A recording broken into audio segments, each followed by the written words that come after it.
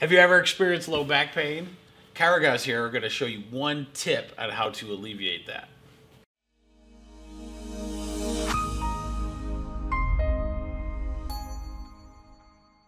So now we're going to talk about a muscle, the quadratus lumborum, or QL for short. What does that do? Well, the QL is one of the main culprits when it comes to low back pain.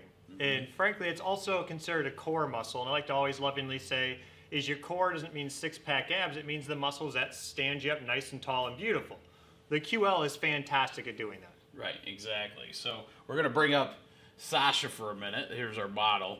This is kind of the location. It's right above that little bony portion. You'd call it, it's a PSI, that's what we'll call it, that bony piece you feel. And then it sits in this little triangle right above that big pelvis bone right in there. So that's where we're going to locate our stuff here. So what will we do with that? Well, so we gotta understand that when we talk about that QL, if we say it's located in that area, it stands you up nice and tall, what are people doing to irritate that? Oh man, so the biggest thing is poor posture. Poor posture, right? So yeah.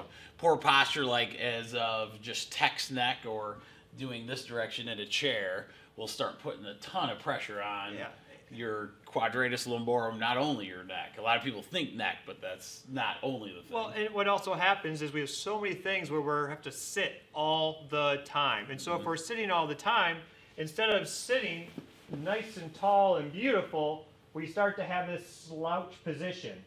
When we do that, our quadratus lumborum, frankly, just gets exhausted and it starts to get irritated. And that's where we start to bring in the massage plate to help relax that quadratus lumborum. Right, because a lot of times with this one, this massage plate works great because it doesn't allow that ball to move around. But what we're going to do is if Dr. Matt is getting this done, we're going to go right above that little bony part that you'd consider right off to the side of your spine, and then that's where we're going to place the trigger point ball. Excuse me. So you're going to lay right in back. And so one of the things that, if you notice, the trigger point, because half of us have a rear end that's a little bigger than some of that, you will have trouble like getting the depth on there. So one of the things that we can do is use your leg motion to get even a deeper muscle knot treatment on there.